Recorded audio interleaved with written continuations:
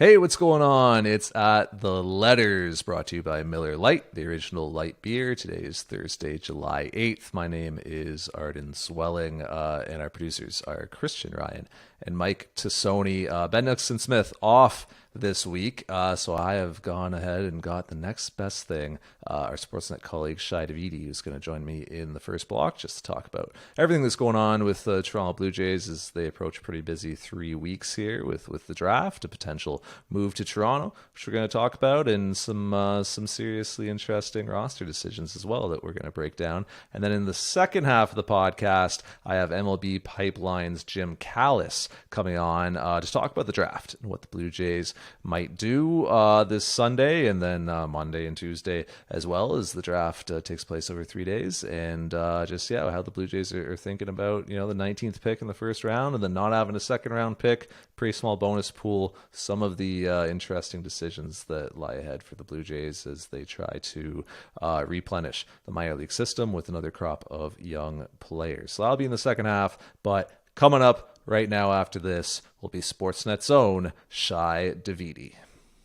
Davidi's with me. Thanks so much for hopping back on ATL. It occurred to me the other day that the Blue Jays have kind of an insanely busy month right now, or I guess 3 weeks left in this month. When you think about everything that's going on, you got the draft this Sunday, and obviously it's a deeper draft this year, so it requires more resources. You've got the trade deadline in 3 weeks, and the Blue Jays are clearly buyers and looking to add to this club. So you've got constant communication with other teams and trying to assess that. You've got a potential move from Buffalo to Toronto, which has to be organized and coordinated, and players and families have to be communicated with. And I mean, all kinds of things have to happen with that. And then, oh, by the way, you also have MLB games every night, and you have roster decisions and IL moves, and Trent Thornton's going to Buffalo, and we got to help him find the zone, and all these things occurring in the next 3 weeks. I mean, how do you think the Blue Jays are kind of thinking about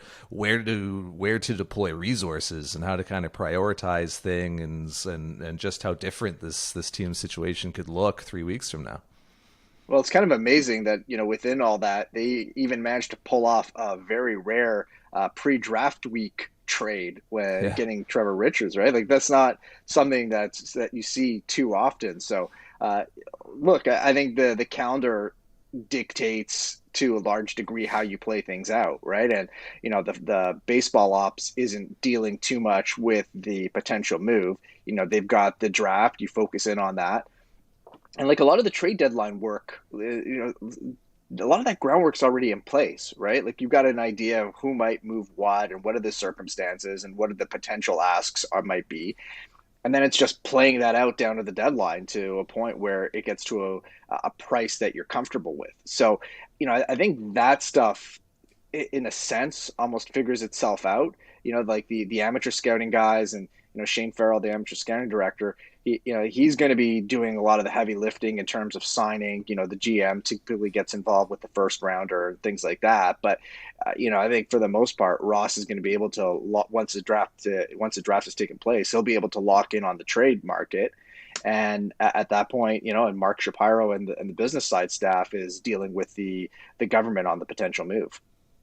So we do have a trade, as you mentioned, that we should talk about. Trevor Richards and Bowden Francis, pitching prospect, coming to Toronto in exchange for Rowdy Tellez, who heads to Milwaukee. And I almost think about this trade in tandem with the Adam Simber trade. And when you kind of lump them together, you think about it, the Blue Jays give up Rowdy Tellez, Joe Panic, and Andrew McKinvale, kind of a lottery ticket, low-level prospect. They bring back Adam Simber and Trevor Richards for their bullpen, Bowden Francis to your AAA rotation depth, and then Corey Dickerson, who upgrades on Rowdy Tellez in a way as a left-handed bench bat, although Dickerson is hurt right now. So when you look at it, you've improved your bullpen, you've upgraded on your bench bat, and you've paid very low price to do so. You've only really added $1 million in payroll. So I know this is nothing mind-blowing, and it's not dramatic impact, but it is pretty sort of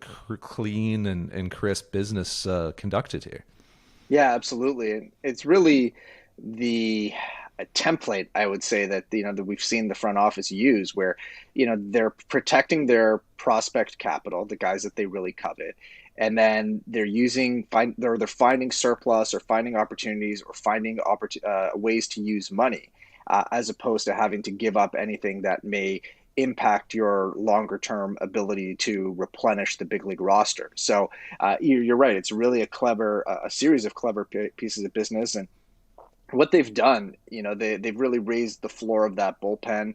You didn't mention it, but a couple of weeks back, just picking up Jacob Barnes too. It's a really minor move, but he's been better. He's a better Joel Payamps, right? And it's not sexy. It doesn't jump off the page, but if he's your fifth or sixth reliever, that's an upgrade there. So these little things have given Charlie Montoya a little bit more depth to work with. I'm sure that he appreciates it, because it's got to be hard managing a week's worth of games and trying to figure out just the right times to use Tim Meza and Jordan Romano, because those are the two guys that you trust right now. But look, it's going to be tougher for them to raise the ceiling. And at that point, we're going to have to see them delve into some of their prospect capital. And I'm really curious to see how far they go this year. And I don't think they're going to go too far. It's interesting to me, right? Because yeah, you're right. These two moves, like, they are very indicative of what this front office likes to do. Like, it's extremely low risk, and with that comes pretty limited reward as well. And when you look at where the Blue Jays are right now, third place in the American League East, looking up at the Rays and the Red Sox, the highest run differential in the American League East for what that's worth. So that sort of suggests they should be doing better than they are to this point. But I am curious to hear even just your thoughts on whether you think it's possible for this club to meaningfully improve its current position in the standings and outplay its results so far without making a trade that's more risky, in terms of what you give up, and also, more impactful than in terms of what you get. Like, can this club really make a push over the second half without making a bigger move than sort of the Trevor Richardses and Jacob Barneses of this world? So let's look at right now. Let's just look at the Red Sox and the Blue Jays, right? And the Red Sox are outperforming their expected record, and the Blue Jays are underperforming their expected record. Why is that? You could look at the Red Sox bullpen and say it's been a little bit deeper than what the Blue Jays have had, especially once the injuries hit the bullpen. And I think both of us, off the top of our head, could identify 10 games where some better relief work would have swung it. And even if you win half of those, how different of a conversation are we having right now? So, I think for those reasons, you look at it and say, all right, this team should be better than it is better than it is, and is being undermined by the inconsistencies of some bullpen work. Occasionally it's fallen on the defense as well. A couple times, there has been execution at the plate, but by and large, that's the most easily addressable area to upgrade and repair this team. So I think from that vantage point, your need is clear and your opportunity is relatively clear. Now, not to sort of go to 10,000 feet on this, but I think if you look at the Chicago Cubs, right, this is an example that the Blue Jays would look at and say, okay, cautionary tale. All right. You think about 4 or 5 years ago, let's go 5 years ago, when they made the Aroldis Chapman deal. They've got a big farm system. They look to be in great shape. Then all of a sudden, they swing a couple moves, right? They traded a couple key prospects. Gleyber Torres goes to the Yankees. Eloy Jimenez ends up going to the White Sox. And now your core is coming eligible for free agency. You have to make a decision, and you don't have any players in your system to replenish. So if you're the Blue Jays, it's great that you've got Bo and you've got Vlad and you've got Teoscar and Gurriel, and you've got this great young core. But you're thinking about, where are we 3 or 4 years down the road? And that's when you're going to need Jordan Groshans and Austin Martin and Orelvis Martinez and some of these younger players to come up and help replenish, so that when they're either declining or departing via free agency potentially, you've got the next wave. And that's why I don't see the Blue Jays touching those players because they're already thinking about what that next core is going to be and how they're going to replenish that. And so, can you make a deal for a Craig Kimbrell or a Richard Rodriguez or whoever you want to identify without touching those guys? I don't know. And I think that's going to be the challenge. Right, and that would make it, seem somewhat unlikely, I would say, for a guy like Kimbrel. Although, I don't know. It kind of depends. It remains to be seen how he's kind of valued at the deadline. When you look at the dip in performance that he had, I guess a year or two ago, and his age as well. But also, I mean, the guy's been lights out this year. Like he's been electric, and the velo's been back. Curveball's working. You think about even like if the Blue Jays wanted to go out and try to get like a controllable starter or something, or like somebody from the kind of the Jose Barrios range, or if you're looking to upgrade at third base with an Eduardo Escobar or an Adam Frazier, like I don't know that you can do that without tapping into your top 10 prospects. Like I think that's going to be a pretty difficult needle for the Blue Jays to thread. Yeah, definitely. But look, I think this is where, in part, your own internal evaluations have to do the job for you, right? You have to know these are the guys who we absolutely have to keep. And these are the guys who other teams may value at a higher rate than we do. And you better be right on that, right? And I think that was, one thing that Alex Anthopoulos did well for the most part is that you look at, and I know a lot gets made out of the buildup in 2015 and all the prospects that he gave up, and it certainly did strip some of the depth in the farm system. But how many of those guys are changing your fortune right now, right? Like how many of those Yeah. guys are you worried about surrendering and having hurt you? So you know I don't. The Blue Jays are definitely not going to go to that extent, that type of sell off. But if you can pick out two or three guys that that you can part with, and then you think about some of your prospect surplus, guys who are Rule 5 eligible that probably aren't making it or are going to be in tight to get on your 40-man roster. That's a currency that you can use that's not stripping away from really from your long-term future. Yeah, there was probably a take at the time of, oh, you gave up Daniel Norris? Like, oh my, Jeff Hmm. Hoffman? Like, this guy's going to be a stud. And Right. we look at where those guys have ended up Right. now. So, yeah. Miguel Castro, Franklin Barreto. I know people who were crushed about Franklin Barreto, right?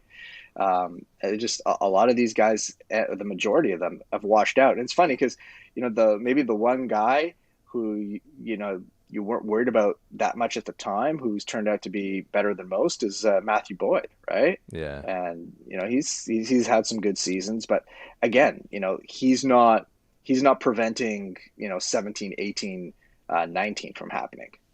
Kendall Graveman as well. It took him a while, but comes around to be a pretty useful bullpen piece in the end. So it'll be interesting.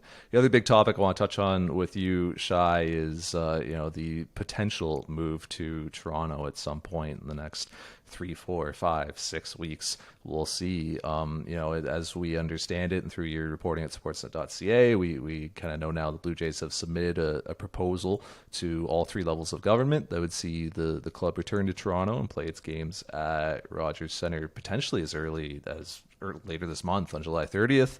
August 20th is sort of the other date that you'd be looking at. You kind of look at when a homestand begins, and those are kind of the dates that they're being targeted. And as I understand it, Shai, I mean that the fate of this is now essentially in the hands of the federal government. Yeah, I mean that's basically where things stand, and the the issue, of course, is the one that's been in existence throughout. It's how do you navigate the border issues, and I think that's where a lot of this hinges right now. And can the Blue Jays come up with a proposal that satisfies the need of both Public Health Canada, and Immigration Canada is going to have a say in this too. Can they satisfy their concerns about the border crossings? And it's different. I know, we look at it and say, okay, well, the Montreal Canadiens and Vegas Golden Knights are in that series, and Tampa Bay Lightning crisscross the border, and we're back and forth. What's the problem here?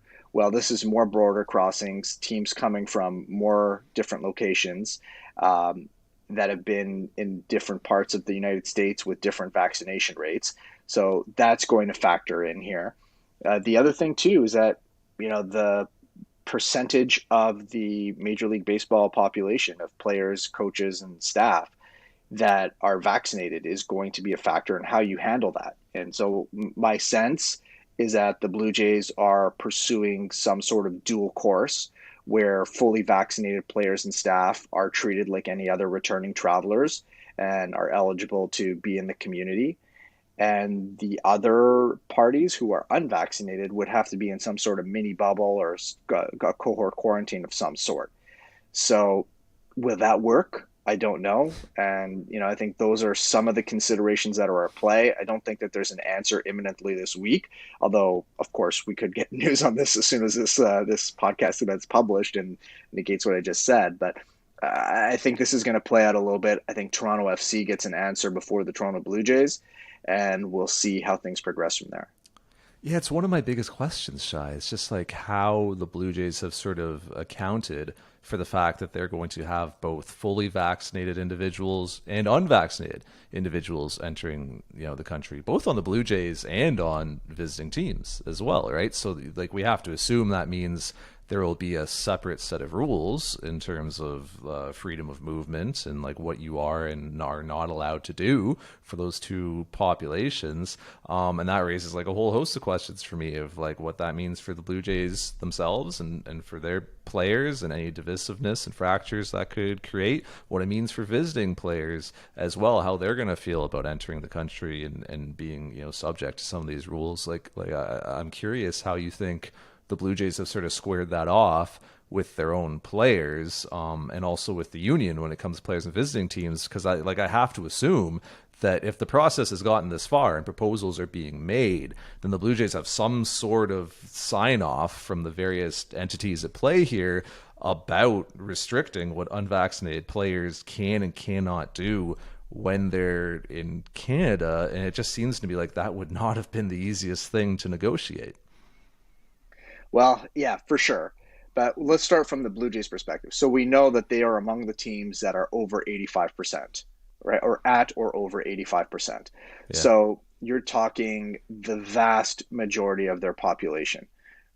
So, I would think that, whether some guys like it or not, the rule plays for the majority. And and I'm going to say this and try to be as respectful of Buffalo as possible, because Buffalo has done a major solid for the Blue Jays, both the city and the Bisons. Full credit to them. The Blue Jays definitely owe them a debt of gratitude.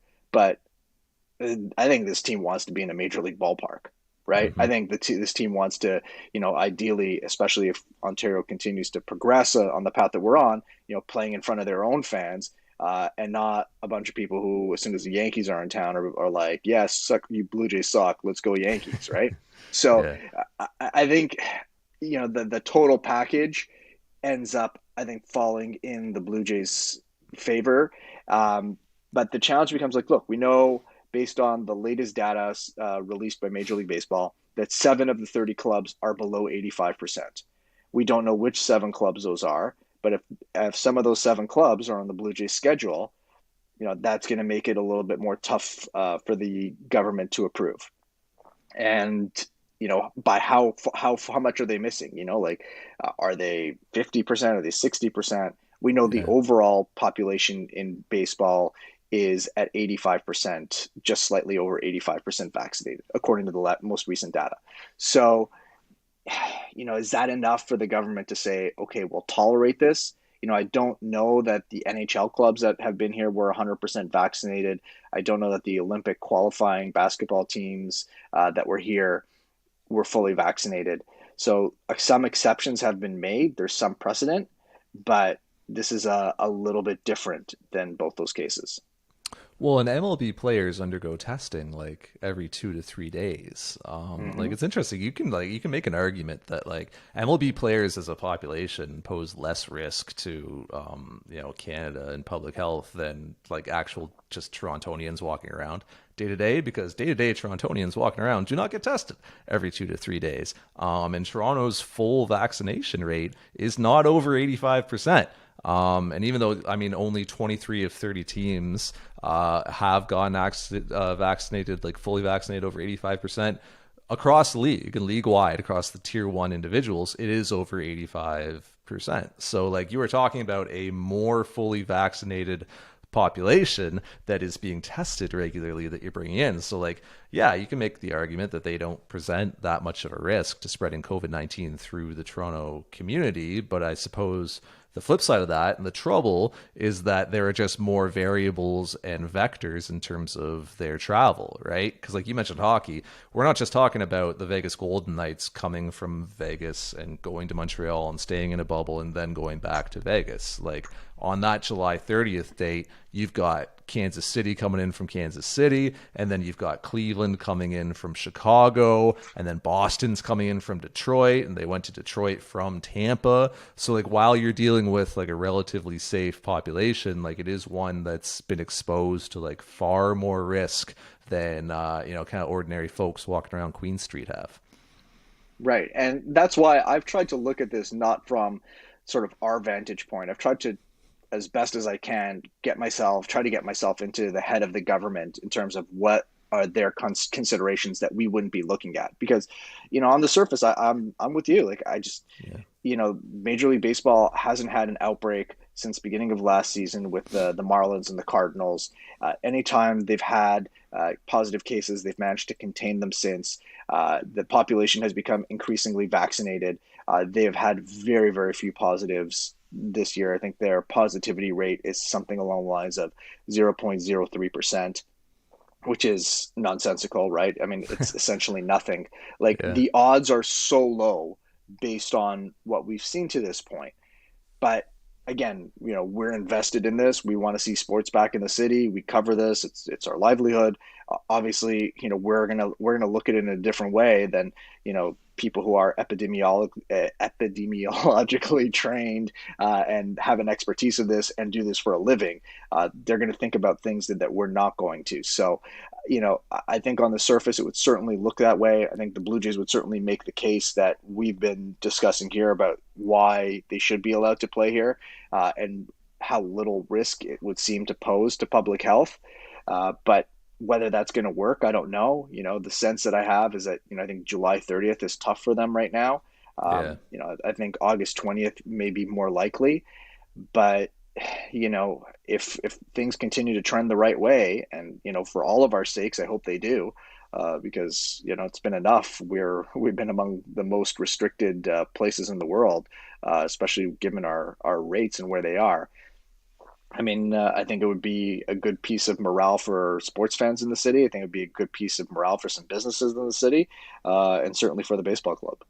Yep, nice positive talking point going into a possible fall election as well for our federally elected officials That too. couldn't possibly factor. No way that factors, right? I guess like my last thing on this, Shy, like if you are an unvaccinated player, or if you're the Blue Jays and you're having to tell unvaccinated players, you're the union, you're having to tell unvaccinated players like, hey, when you go to Toronto, you can't leave the hotel. And if you're on the Blue Jays, you got your family with you. I mean, your family probably can't leave the hotel either. Like, I mean, it's just one of my biggest questions. I don't know that we have an answer to it, but it's just how they've kind of squared that with those players who are going to have to agree to some of these restrictions. I mean, if you're unvaccinated, your family may not be able to come with you, right? Yeah. And that may be part of the challenge. Look, there's no easy answer to this. It's not perfect for everybody. But to me, the bigger picture question, and we can sort of punt on it for now because it's not as big a concern for now. But this is something that's the Leafs and the Raptors are going to have to resolve too. But if unvaccinated travelers aren't allowed into this country for an extended period, then what does that mean for next season? What does that mean for how these Yeah. teams are going to operate? Like, are teams going to have to come here, leaving certain players behind? Are Right. the Leafs, the Raptors, and Blue Jays going to have to play without certain guys? This is it's a current problem, but there's a bigger problem, a longer term problem to this. And I don't know the numbers comparatively baseball to other leagues, but there has been a certain portion of the baseball population has been very vaccine hesitant. I'm sure that population exists similarly in the NBA and the NHL too. How do you get across that line? I don't know. That's gonna be tough, and that could be a problem that's sort of looming right now that we aren't really looking at yet. No, you just gave me a horrible forward vision of like, yeah, 2022, and there's been another variant that is like cropped up that we don't even know about it yet, and it's now you actually are going to need a third shot. You're going to need a booster shot now in order to be protected from this variant, and yeah, the MLB players don't have it, and the Blue Jays can't play in Toronto in 2022. Oh my God, Shay. Well, I didn't mean to. We had some positive talk before, and here I come, to like bring it all crashing down. That wasn't Uh, my intention. But I mean, this is a real public health issue, right? And it's yeah. something that all the sports teams are going to have to face. And look, I mean, it's not only the Blue Jays as a business. Like if your movie production company want to shoot up here, like can you bring in actors or business people who want to come in who refuse to get vaccinated? Are you going to cut them off? Like it's obviously a bigger problem than just for sports. It's obviously a societal one that we're going to have to come to terms with in some way, shape, or form.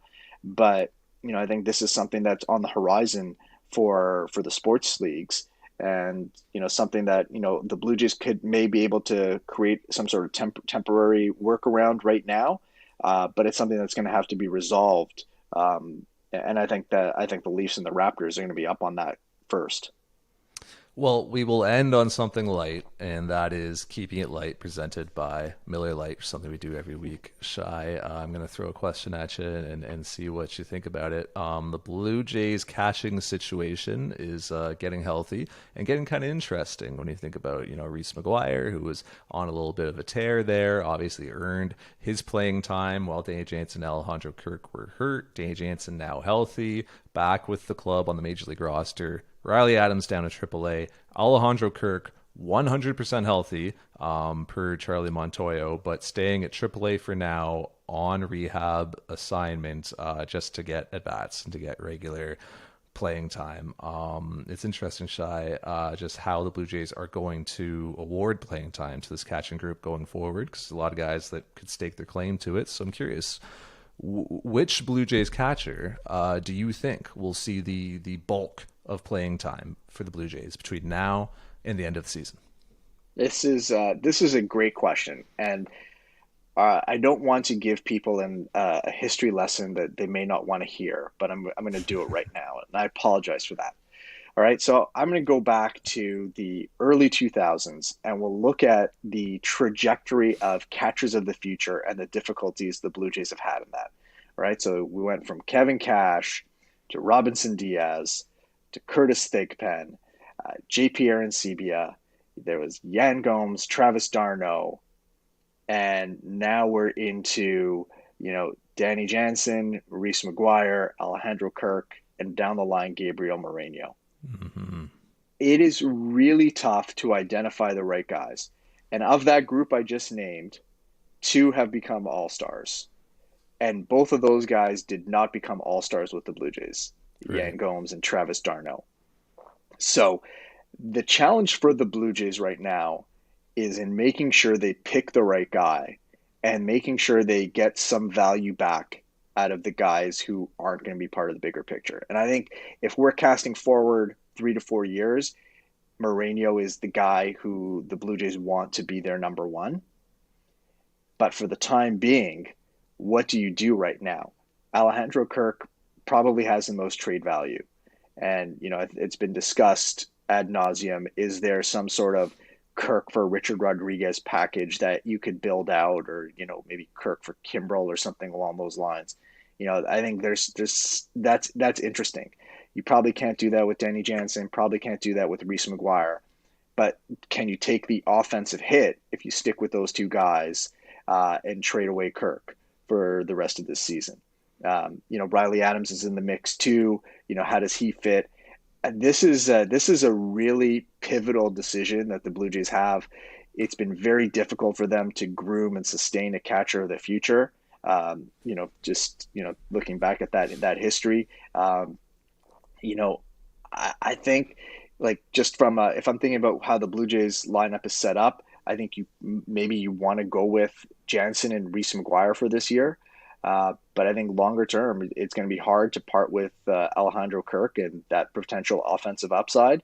And it's going to be hard to wait for Gabriel Moreno for him to transition to the major leagues and acclimate at a time where you're trying to be competitive. So, this is a crucial decision for the Blue Jays, and one I think has ramifications across the roster in a number of different ways.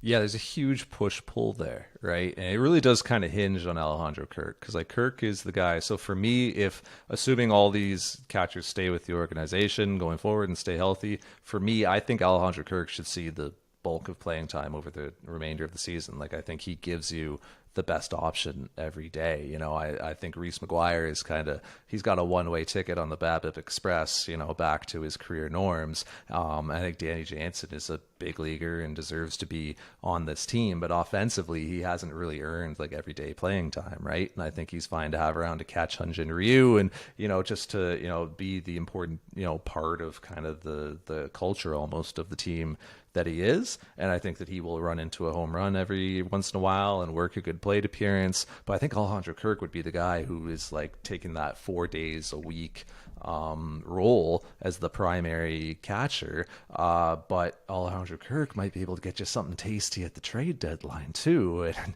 as the Blue Jays, maybe you can afford to kind of punt offensively at catcher a little bit, considering how deep your lineup runs 1 through 8 most nights. I mean, most nights you've got like a Gurriel or a Grichuk or a Biggio down in kind of the 7 and 8 spot. And at 9, like you can afford to not get that much offense out of your catcher as long as you're getting capable defense behind the plate. The pitching staff's being handled well and the games being called the way you want them to and the running game's being controlled.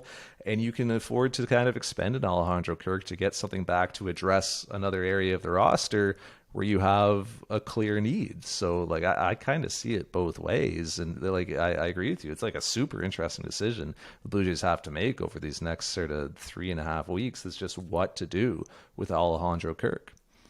Yeah, I mean, you laid it out super well there. I think that those are all the considerations at play. I will say that Danny Jansen's offense is a real mystery to me because this is a guy who's hit and had a good approach, and like a lot of the conversations I had with player development people as he was coming up is that it wasn't just results. Like they were in love with his process and everything that he did in the batter's box. And that's why everyone was convinced it was going to translate. And I think that's why everybody's scratching their heads as to why it hasn't at the big league level. And like he just doesn't look like the way that he did when he was coming up at the plate, although he has looked better in recent weeks, just before the injury, and even in the limited sample past few days, I thought that he looks a little bit more like himself. That's the one. Like if Danny Jansen's offense picks up and he starts going back to what he was in the minor leagues, then this is a very different conversation. And if you have enough faith that that's going to happen, then that's a factor because of what he brings to you on a defensive level. But I also think that the other challenge for the Blue Jays is that, they put so much, and Aaron, you know this, you've done a lot of work on this. Like the Blue Jays put so much on their catchers. And then to expect a young kid who's so relatively inexperienced the way Kirk is to handle all of that for a team that's chasing a division title with a lot of dudes who are super tough to catch on that staff, I don't know that that's fair and that you're putting him in a position to succeed. So, I think that's gonna hold true for Mourinho at some point too, right? Like, for if the Blue Jays want to integrate him. So I think all those factors really play into this. And then, the other piece that I'll throw in here is that, the Blue Jays, they when their prospects get as close to the big leagues as they are now, and, Kirk would fit in there, the Blue Jays like to see what they are before they trade them away. And, I think they may have a little bit of a glimpse at what Kirk is, but, I don't think they really know. I don't think anybody really knows exactly. And I think the Blue Jays, to a certain degree, might have a tough time giving up what it might be, especially because they're not certain about, what McGuire is and what Danny Jansen is. I guess the flip side of that would be the Blue Jays kind of made their bed with Alejandro Kirk, right? By rushing him up to the majors in 2021, hadn't played or in 2020, hadn't played above high A, and then also like let him. He won a job out of spring training, right? And like put him on this roster out of spring training and DFA'd Reese McGuire, who passed through waivers. So like the Blue Jays started that clock with Alejandro Kirk, and they brought him to the big leagues, and almost in a way like proved the concept because Alejandro Kirk was hitting big league pitching, right? And like spraying Right. missiles all over the place. And like this year, I know he started slow in 2021, but he was like just rounding into form when he got hurt. Right? He was just starting to pick it up, and starting to actually kind of earn more playing time at that time than Danny Jansen was. So, yeah, you'd love to be as cautious as possible with Alejandro Kirk and like focus on the development, go down to the minors. He's never played AAA, give him that exposure to that level. At the same time, it's like you brought him to the majors last year, and all he did was rise to the occasion. So in a way, you've almost kind of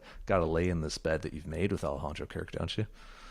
Yeah, I mean, like that path is there. Um, but again, I mean, look, you could be as creative as you want to be. Like you could keep him at AAA, like hold on to him, wait for Reese McGuire to either normalize or to become what he's going to be, and ride that out and see what happens, right? Another factor too. I think it's awkward for them to have four catchers on the five catchers, excuse me, on the 40-man Yeah. roster right now. Like that's not good 40-man roster construction, right? So that's something that you would like to try to find a way to address too. So like there's a lot going on behind the plate. It is an obvious area of surplus, even more so than the outfield. I know everybody's sort of fixated like, oh yeah, you got to move Gurriel, you got to move Grichuk, and I don't think you can move Grichuk right now because you need his ability to play center field on this roster just in case. He's the one guy who you would trust. Like it's a very capable center field. So I think he stays on the roster for that reason. But the catcher to me is the most glaring area, and it's the one that I think is in many ways the most difficult to figure out. So much going on with this organization over the next 3 weeks, Shy. You can throw catcher in there with the draft, with the trade deadline, a possible move to Toronto, games every night, guys getting hurt, a bullpen that still needs help, starting rotation that could probably use a little bit of help as well, a third base spot where the Blue Jays have been getting below average production all year. I just think this club's going to look a lot different, in the next, this organization, right, this franchise, and the next 3 weeks than it does now. Going to be very interesting to see how it all plays out. Shy, thanks so much for joining us. He's on Twitter at Shy Davidi, and thanks, man. Good to talk to you. Yeah, pleasure as always, Arden. Our thanks again to Shy Davidi. Follow him on Twitter at Shy Davidi. Going to step away real quick, but when we come back, MLB Pipeline's Jim Callis will join us to talk all things Blue Jays draft related going into this weekend's MLB draft. Pleased to be joined now by Jim Callis, senior writer for MLB Pipeline, for what is an annual appearance on Ad Letters around draft time. So thank you so much for your time. Before we look at this year's draft, I do want to ask you one question about last year's, because obviously it was a pretty juicy one for the Blue Jays. Just looking back on the way things unfolded with Baltimore taking Heston Kjerstad and Austin Martin dropping to the Blue Jays. I obviously we're like a decade plus from being able to properly evaluate that draft, but with a year of information and hindsight, do you feel any differently today about just how things played out and how things broke No, for the Blue I mean, Jays? I kind of feel the same. I mean, it's weird because we obviously have had less baseball played because there was no minor league ball last year. We finally got going with a month later than usual this year. But no, I still feel like they got the best pure hitter in last year's draft. They didn't see that one coming. I think we all kind of felt like or at least I felt like the Blue Jays were going to wind up either taking Max Meyer, who went third to the Marlins, or Zach Veen, who went, I think it was ninth to the Rockies, eighth to the Rockies. And didn't really think Austin Martin was going to be on the board for him, and he's going to be in the futures game this weekend. No big surprise there, and I think they're just thrilled to get. I mean, as we talked about, I think the only question with Austin Martin is where he winds up ultimately on the diamond. I don't think there's any question he's going to hit. And so when you were on last year, and we were talking about Austin Martin, and we were talking about last year's draft, obviously the chatter at the time was just kind of how that class would be impacted by the pandemic and baseball essentially being shut down. But I also remember Jim kind of coming away from that conversation thinking, oh, like the class is actually really going to be impacted by this. Is the 2021 class because you had no Cape Cod League last year, and you lost all these summer showcases and no national teams. Like, is there a possibility where just because of everything that's happened over the last year, we get a little bit of an unpredictable draft this weekend, and maybe there are players going higher or lower than where the industry might expect just because there hasn't been as many looks I at think them? that is possible. I mean, we talked about this last year, like you said, and I point out, like, the average fan was like, how can they draft players when nobody's playing? Everything got shut down. And I pointed out that really the important time for scouting is the summer. You get to see the college players in the Cape Cod League and all these other leagues with wood bats, best playing the best, and you didn't have that last summer. You did in 2019 going into 2020. So even though the college season got ended, you felt like you had a pretty good handle on a lot of the college guys.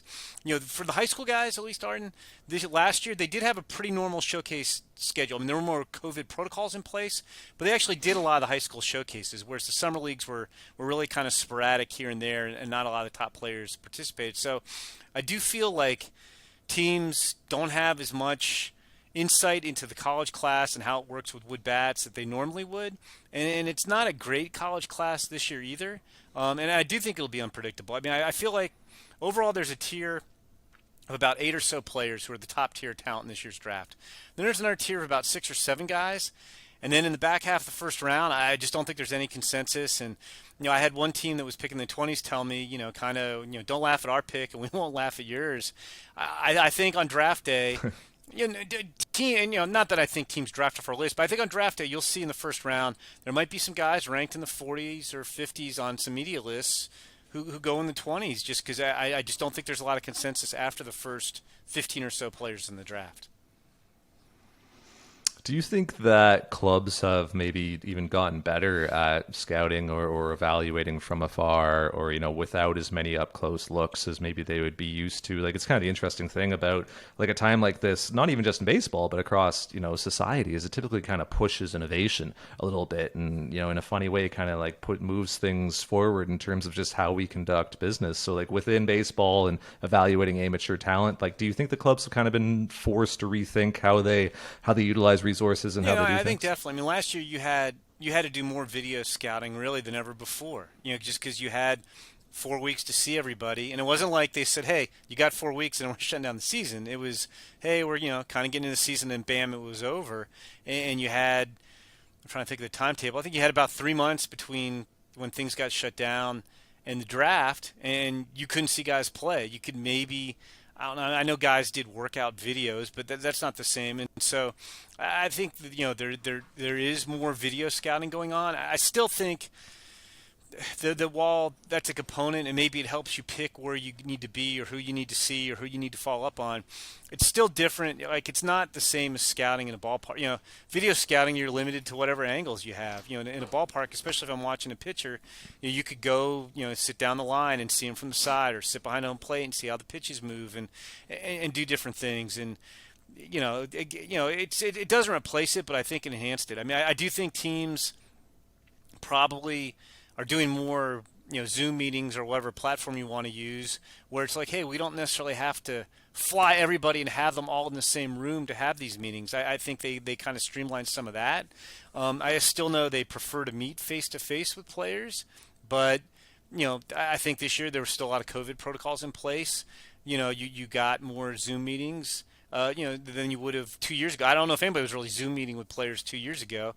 So yeah, it definitely has led to some adaptations.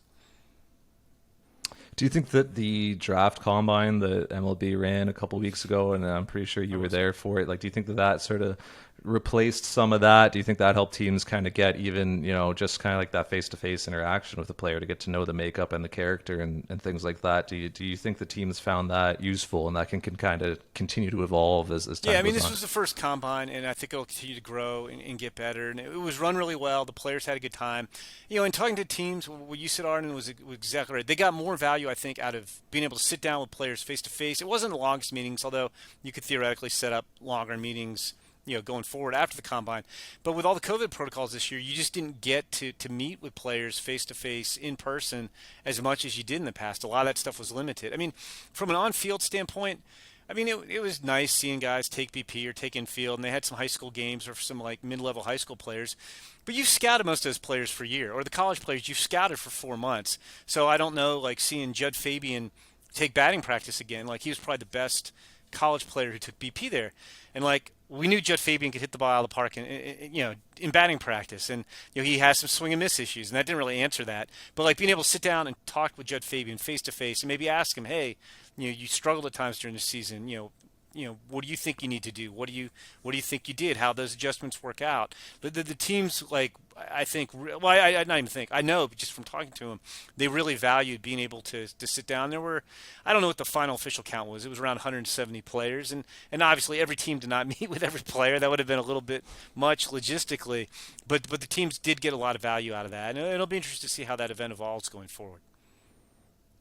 So you mentioned that there's kind of a clear top 8 to this draft, and then we might see some interesting stuff happen beyond that. And I'm kind of curious if in your opinion, you think this is a deeper class than normal. Even like beyond that top 8. Like I'm kind of thinking about only 5 rounds last year, a little bit of a double cohort effect. Like, do you think there's actually some scouting directors who are pretty excited to get to day 2 and day 3 and try to mine some of that talent that they could get in the middle rounds as opposed to just at the top of the draft? Yeah, I mean, I thought that might have been the case coming into the year, and I don't necessarily feel that way now. Like the college performances, and I don't know if it's just because guys lost seasons and then a lot of them didn't get to play during the summer, were really uneven in a lot of cases. I mean, look, there were players who emerged that we didn't know about coming into the year, and there were players we thought were going to be good who weren't. But I mean, so on one hand, I don't feel like it's especially deep, and like I would have thought, just from what you were saying, you had essentially the Yeah. players who would have gone around 6 or 20 last year. Almost none of them signed. You could sign as a free agent for $20,000, and maybe a handful did. So almost all those guys went back, and then you're in a draft where all the guys who would have gone 6 to 20 this year. So theoretically, you should have all this talent, but I don't think it's especially deep. I think there's more talent because guys went back. There's some interesting 23, even in some cases 24-year-old guys who aren't going to be second round picks, but like Kevin Kopps was the best pitcher in college baseball this year at Arkansas, and he's 24 and he's in his 6th year at Arkansas, but like he's pretty good for a discount guy. And Tanner Allen, we saw win the World Series, College World Series at Mississippi State, and he can really hit. And even though he's eligible for the draft, he's 23 and this is the 3rd year in a row he's eligible. He might go in the 3rd round. So I think there's some depth with those guys. But it'll be interesting to see how it plays out. It just feels like it's just kind of an okay draft, I think. So if we can zoom in on the Blue Jays a little bit and how they might approach those circumstances, because they're in a bit of an interesting spot, picking towards the back half of the 1st round, number 19, and then they forfeited their 2nd round pick for signing George Springer. Right, yeah. So there's going to be about 70 odd picks between the Blue Jays' first pick and their next one in the 3rd round. I believe it goes 19, and then they don't pick again until 91. And they're also operating with the 3rd lowest bonus pool of any team because they don't have that 2nd round slot money. So what type of strategy do you think the Blue Jays might take here, or do you think they'll look to do anything different or interesting or creative, just considering some of the sort of unique circumstances they're dealing with in this draft? Yeah, well, there's kind of 3 ways you can play it. And for your listeners, you have a bonus pool that's based on where your picks fall in the first 10 rounds, and you can theoretically spend whatever you want, but if you go more than 5% over the pool, you start losing draft picks in the future. And nobody's ever gone over 5%. Like, this rule's been in place since 2012. I don't think anybody's going to do it unless there's something weird happens where a deal falls through with a guy, but you're compelled to complete the deal for whatever reason, and you screw up your bonus pool. But so anyway, nobody's going to go over the bonus pool. And so the Blue Jays, there's 3 things you can do. You could do option number 1, which would just be to kind of take I would say best player available who's not going to command, like an overslot bonus. Like basically the guy who'll sign for that pick value every pick and just take normal Yeah. guys kind of each round. Or you could do what the Red Sox did. The Red Sox were kind of in a similar position to Blue Jays last year where they picked, I think it was 17th. They didn't have a second round pick because of sign stealing, and they had a third round pick. And what they did is there was a guy they really, really liked in Nick York, who was the surprise pick of the first round, who they thought was a really good hitter, who'd been underscouted because he'd been hurt as a junior, and then there was COVID as a senior.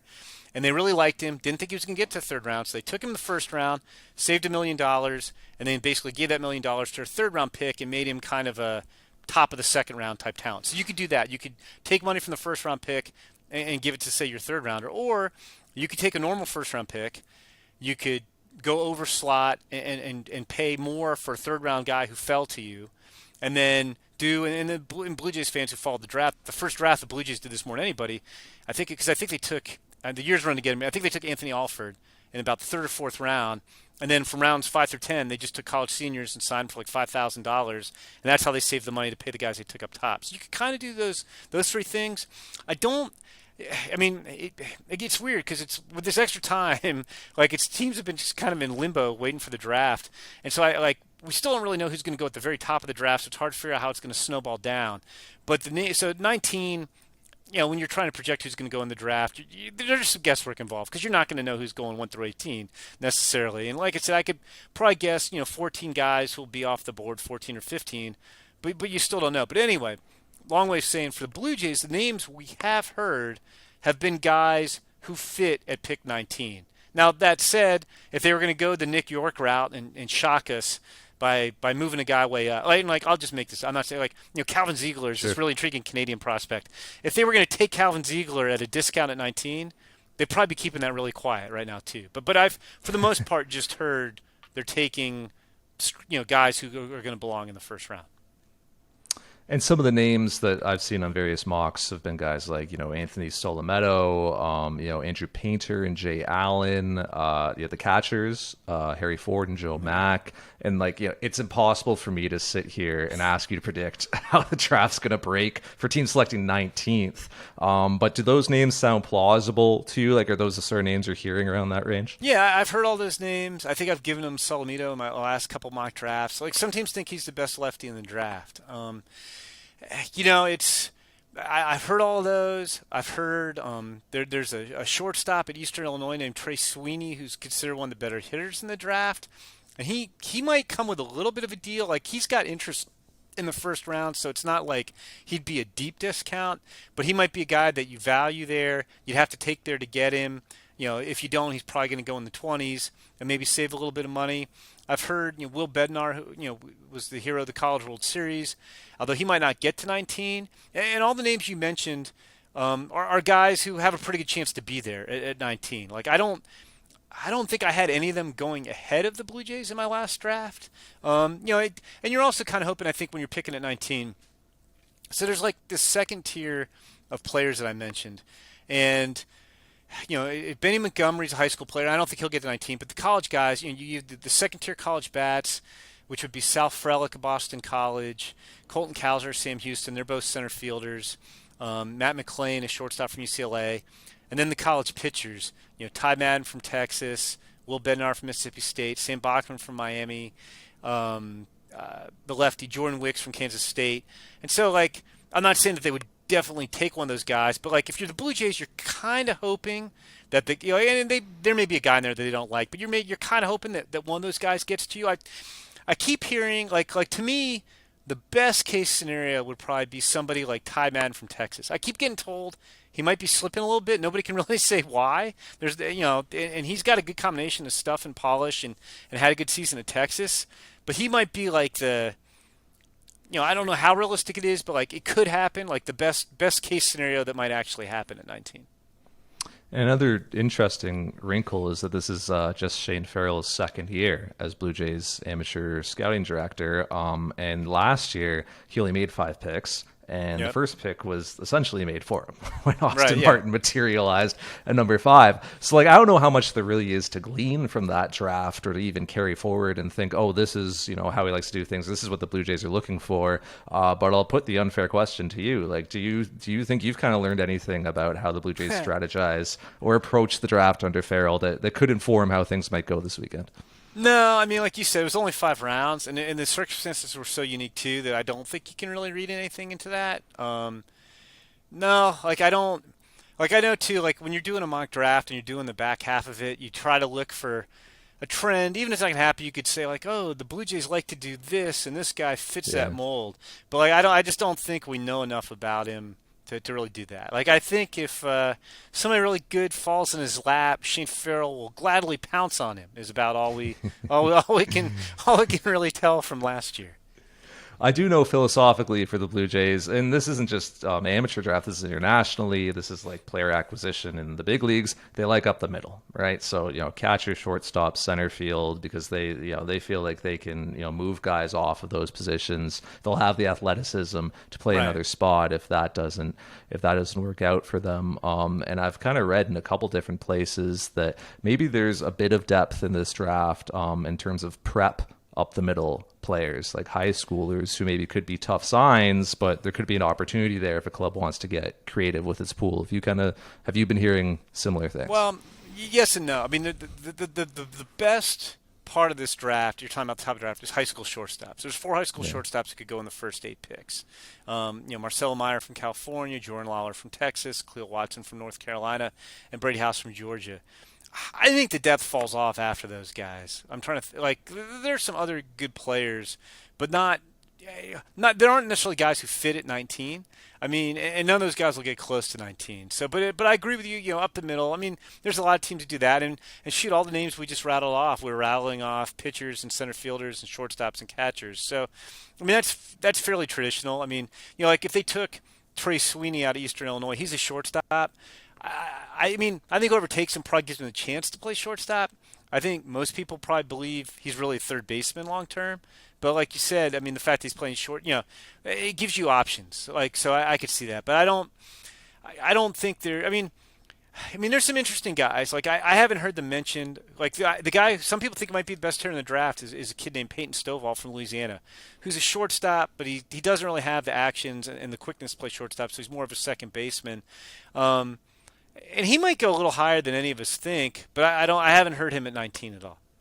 I guess I'm also wondering if they could go safe in that first round with that 19th pick and kind of wait around for round 3, round 4, which would then be 91 and I guess 121 after that, and try to take somebody with signability concerns who drops that far, like a high school player who just isn't, another team isn't willing to pay the bonus that it's going to take, but the Blue Jays save some money with that first pick and then try to scoop somebody up later.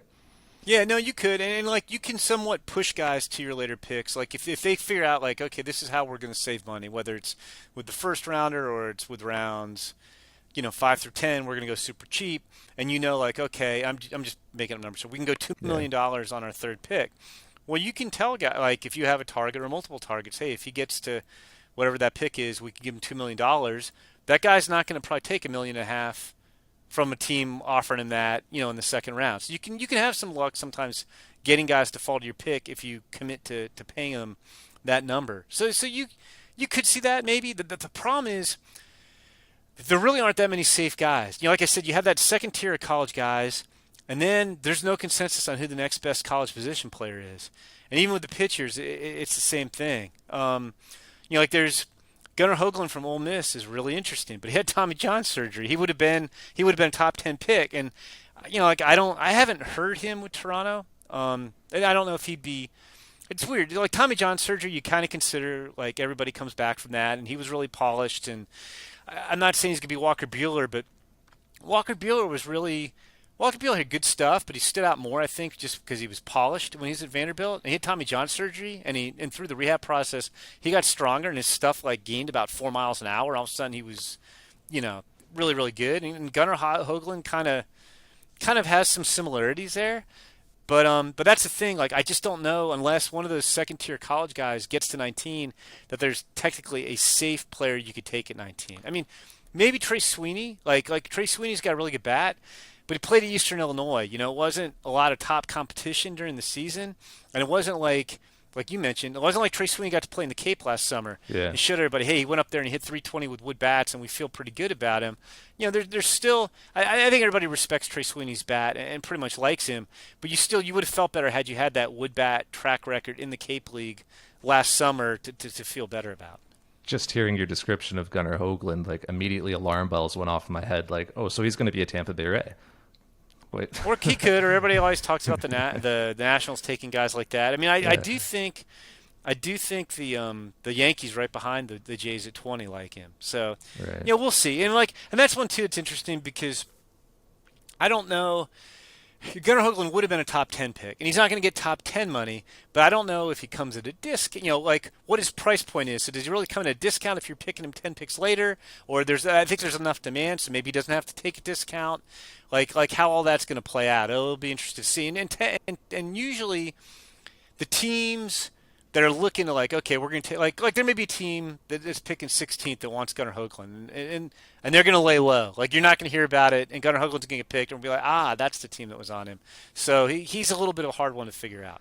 And just sticking on pitching to wrap up, and obviously, no modern organization is drafting for need, and I know the Blue Jays certainly don't, but this is an organization with a minor league system that leans pretty heavily towards position player talent, and there's a clear need to add some pitching to try to supplement what the Blue Jays already have position player-wise in the majors. Would you say that this year's pitching class would be considered deep enough to the point where the Blue Jays could come away with some interesting upside on day 2, or is this more of a top-heavy group? Yeah, I mean, I think, I answered your question before, and you were talking about, whether it's deep, because we only had 5 rounds last year, and I was saying, I don't think teams necessarily feel like, oh my gosh, this is super deep. But that said, when you set up your draft list, even if I'll use ours as an example. So we have a draft top 250, and I'm not saying it's perfect. It's a consensus, and you like guys on there. We put it together. So if we were picking in the Blue Jays spot, and where's their 3rd round pick? You mentioned, I think 3rd round pick would be 70s? 91. Yeah, so they go 91. 19 okay. to 91. Well, okay, so when they pick 91st, let's say I'm the Blue Jays and I'm just using our MLB pipeline draft list. When I pick 91, there's probably going to be a guy I might have in the 40s on that list, Right? Like who's still available. Now, some of those guys will be high school guys who won't be signable, but there'll be, college. There might be a college guy I have at 55. And I'm like, wow, this guy's here at 91. And it's just we like him better than other teams do, and so I'll feel pretty good about that pick. And then when I pick in the 4th round at round 121 or whatever, I might get the 72nd guy on my list. So when you get to day 2. Which in day 1 this year is just first 36 picks, and they obviously don't have a 2nd round pick. But when you get to 3rd, 4th, 5th rounds, you're factoring signability, like who you can and can't sign, but you're basically getting the top guy on your board, and it's going to be a guy if I'm picking at 150, I'm probably getting a guy who's 92nd on my board. I'm like, wow, this guy's like a 3rd round pick, and we just got him in the 5th round. So I think you always feel like that. And then with pitchers, they're hard to find. You can never have enough pitching, but you're always. There might be a guy in the 5th round who throws 98. Maybe he doesn't, throw a lot of strikes, but you think you can clean something up and get more out of him. Or there might be a guy who's got really good spin rates, but it's not efficient spin, and you think there's something you can do there. There's guys you can pick. I'll throw out a Canadian for you, Eric Sarantola at Mississippi State, who wasn't even on their College World Series roster. They did not take him to Omaha. He barely pitched after the first month of the season. But, if you see Eric Sarantola on the right day, he can hit 98, and he's got, over 3,000 RPMs on his curveball, which is outstanding. It's not great spin efficiency. It doesn't throw a lot of strikes, and there's things that need to be fixed. But, and again, I don't know where he's going to go in the draft. He's a total wild card. But, let's say I get Eric Sarantola in the 6th round. I could legitimately say, hey, Eric Sarantola had a chance to be a 1st-round pick coming this year, and we just got him in the 6th round. This is awesome. So, it's funny. It's there was a longtime scouting director who told me, one of his favorite expressions was, on draft day, there's 30 scouting directors telling 30 general managers they just had the best draft in baseball. And then you're going to be excited. So, yeah, it's you don't necessarily know how it's going to play out. But the Blue Jays, even though they don't pick till 91, they still might get like 4 of the top 100 players according to them in the draft. I'd always love. I mean, we never will. Like if teams would say, "Hey, here's our draft board," and show you who they got, type of thing. But then they might get 5 of their top 100 guys. Like there just may be guys that they feel like, what, we dug deep on this guy and we think there's something there that other people don't see. So anyway, a long way of answering your question, Arden. But I do think, yeah, like you could come out with a pitch. Like I said, I mean, you aren't going to hit on all of them. But in every draft, there's going to be a guy in the 8th round who winds up being an all-star. There's going to be a guy in the 12th round who winds up being a regular for 5 or 6 years. And you're hoping you're the team that's picking him, and we may not know who that guy is for 5 years down the road. But we'll look back and be like, everybody's it's 10-year anniversary of the 2011 draft, which was one of the best drafts of all time, and people knew at the time. There hasn't been a draft as good since, and. Mookie Betts was a 5th-round pick, and Kyle Hendricks was an 8th-round pick, and Marcus Semien was a 6th-round pick. So you can always find guys. So scouts will say that's their job is to find those guys. So I think even though they don't have the pick, you still have the opportunity to do a lot of damage, and that's the thing too. The draft, there's art to it and there's science to it, but like. It's tough, I have another one of my favorite scout directors. One of his favorite expressions is the draft is hard. He says it all the time. The draft is hard, and we're gonna look back 5 years from now, and typical draft. There's 29 first-round picks in this one. There'll be 8 or 9 of those players who are pretty good, and there'll be 10 who are like, okay, they're big leaguers, and there's gonna be 8 or 9 of them who aren't any good at all, and it's not like it just flows down from the top. That there's going to be somebody who's picked in the top 5 picks probably who winds up not being good. So that's what I think. I mean, for me at least, makes the draft fascinating year after year. Is nobody's ever figured out. There's no formula. There's no algorithm where it's like, okay, we have A, B, and C, then it tells us this guy's the best player. It just doesn't work that way. And then you throw in just bad luck with injuries too. The draft is hard, so and that's why it fascinates. Yeah, I was just going to say the same thing. For as hard as it is, and what an imperfect science it is, it's endlessly fascinating when you think about the players that go later in rounds, the strategy that's involved, and even how Well, I'll give you an example. I mean, Bo Bichette, who I think 30 teams allowed to have Bo Bichette. I saw Bo Bichette at the Baseball Factory does an annual All-Star game, usually at Wrigley Field, and I saw Bo Bichette there, and I don't remember. I don't think he won the home run derby, but he might have been. But anyway, watching MVP in the home run derby in the game, his swing was jacked up. I mean, it was uphill, like a lot going on. I was like, and I think that's a concern teams had with Bo Bichette was like, man, there's a lot going on there with that swing. Is that going to work? And also, I don't think he's really a shortstop. And so Bo, I think, was a 2nd-round pick, right? And now if the draft were redrafted, Bo wouldn't last nearly as long as he did. I mean, I think Bo was I don't have it in front of 50th or 60th pick in the draft, something like that. It was down there, and you had real concerns about him, and he's proven those concerns moot. I mean, it's not necessarily the most picturesque swing, but like he can really hit and he makes it work, and that's one of those things you don't really know is going to play that way till you see him in the minor leagues, and then you see him at the major leagues, and lo and behold, he won. If the draft were done today, Bo Bichette would be probably top 5. Well, he was pick. such a unique case as well in that he was telling teams that wanted to change his swing, "Don't draft me then, because I don't want to change my swing." And I have a very that's the thing I don't get is that if you're like, and you do see it happen all the time. If you're going to take a guy high or invest a large bonus in him, I'm not saying. Hey, you just say, go roll out there and do what you do. But like, you got to let the guy play for a while and see what he can do before you make changes. Like, if you're going to make changes, then why are you taking him? Especially with pitchers. Pitchers even more so. Like, if you don't like a guy's delivery, well, if you alter the guy's delivery, you might change his stuff. You might get hurt. You see that stuff happen all the time. Or you'll hear like Zach Wheeler's a guy who sticks out to me. And the Giants do a great job of developing pitching. But they changed his delivery, and he struggled. And then he went back to what he did in high school, and he basically became Zach Wheeler. Like it was totally different. So yeah, no, but you're right. I mean, that's the thing. Like, but teams are like, hey, we're not gonna take Bo. Like, or like you said, Bo's like, don't take me, don't change my swing.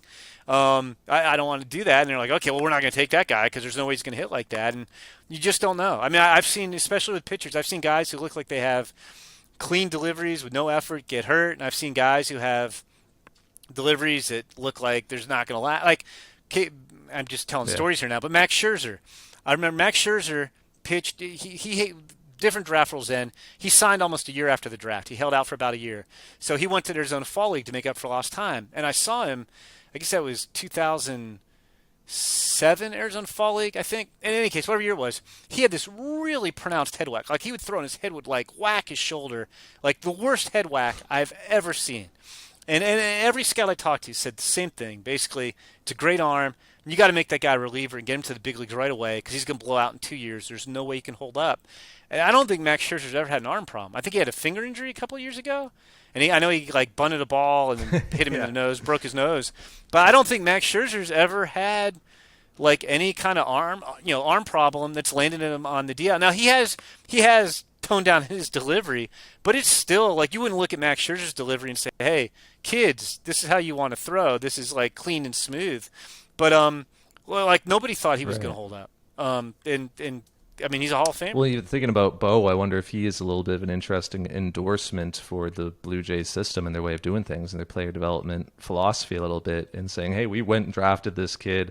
And like, look, the pedigree with Bo Bichette is ridiculous, right? Like, and his dad obviously, and his dad essentially. Well, but his brother, he had a brother who was a famous prospect, Dante. Yeah.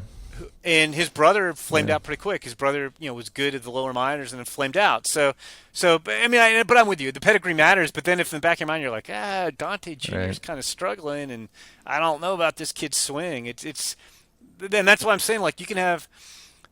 Again, it would never happen. But I've always wished I could get like 3 teams to let me see what their draft boards were, just as an illustration of how widely different they would be. Like if you took.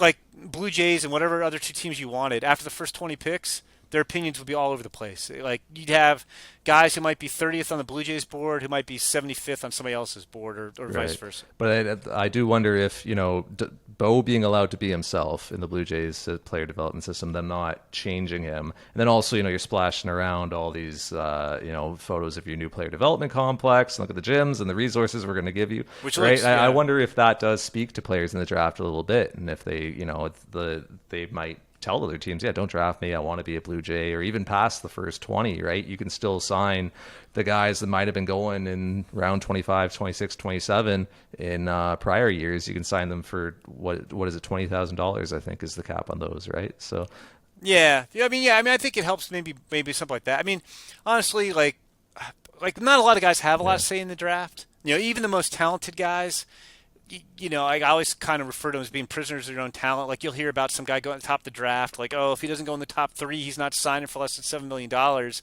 it's like, really? Like if you go 7th and you get offered 5.5, you're going to turn that down? That doesn't happen too often. And, like it works a little bit, when you kind of get to where at the bottom of the first round where the slots are about $2.5 million, and you have teams with extra picks are like, hey, if you get to us, we'll give you 3.5 or 3 or whatever, and then you can throw that out. But it's a little tough to finesse. But I do agree with your larger point, though, that I do think you look at how much success the Blue Jays have had developing players. You look at the opportunities they've been given in Toronto. That facility looks unbelievable. And it's funny because the last thing I did before the pandemic, and I did not do a work trip between going to spring training in 2020 and then going to the combine this June. I didn't go anywhere for work. But my last day in spring training was in Dunedin, and I actually went over to minor league complex to interview Jordan Groshans real early in the morning. I was talking to Gil Kim, who I still don't know how he does, farm director and big league coach in the dugout, which is every game. Crazy. Like he has the energy of like more than 2 men, so that's how he pulls it off.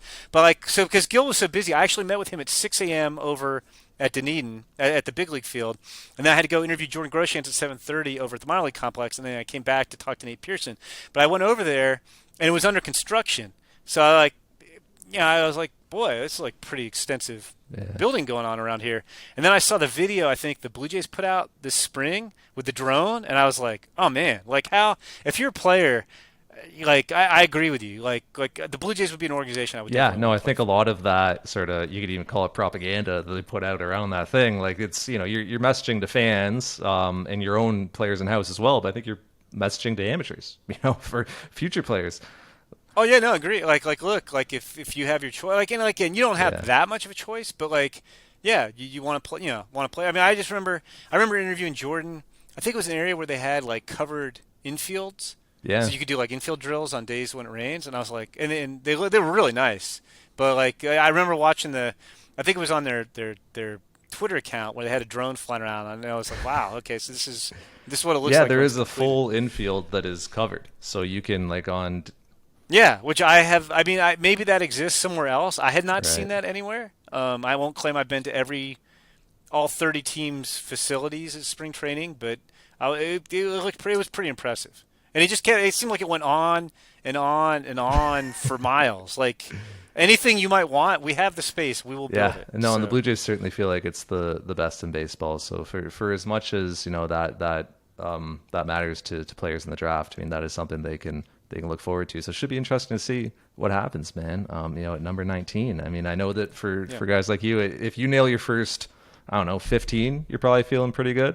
And then beyond that, That almost never happened. If you get your first, like this one's gonna be tough because I don't think we have great feel for what Pittsburgh or Texas can do. We yeah, we know who they're looking at, but you kind of at some point have to take a little bit. I mean, maybe we'll know as it gets closer, but take a little bit of leap of faith. Like if you can get your first, what in 2005 I got the yeah, first 18 picks right, which and it was funny because I knew like I'd never come close to doing that again. I think I've got 9 in a row is the most I've had since then.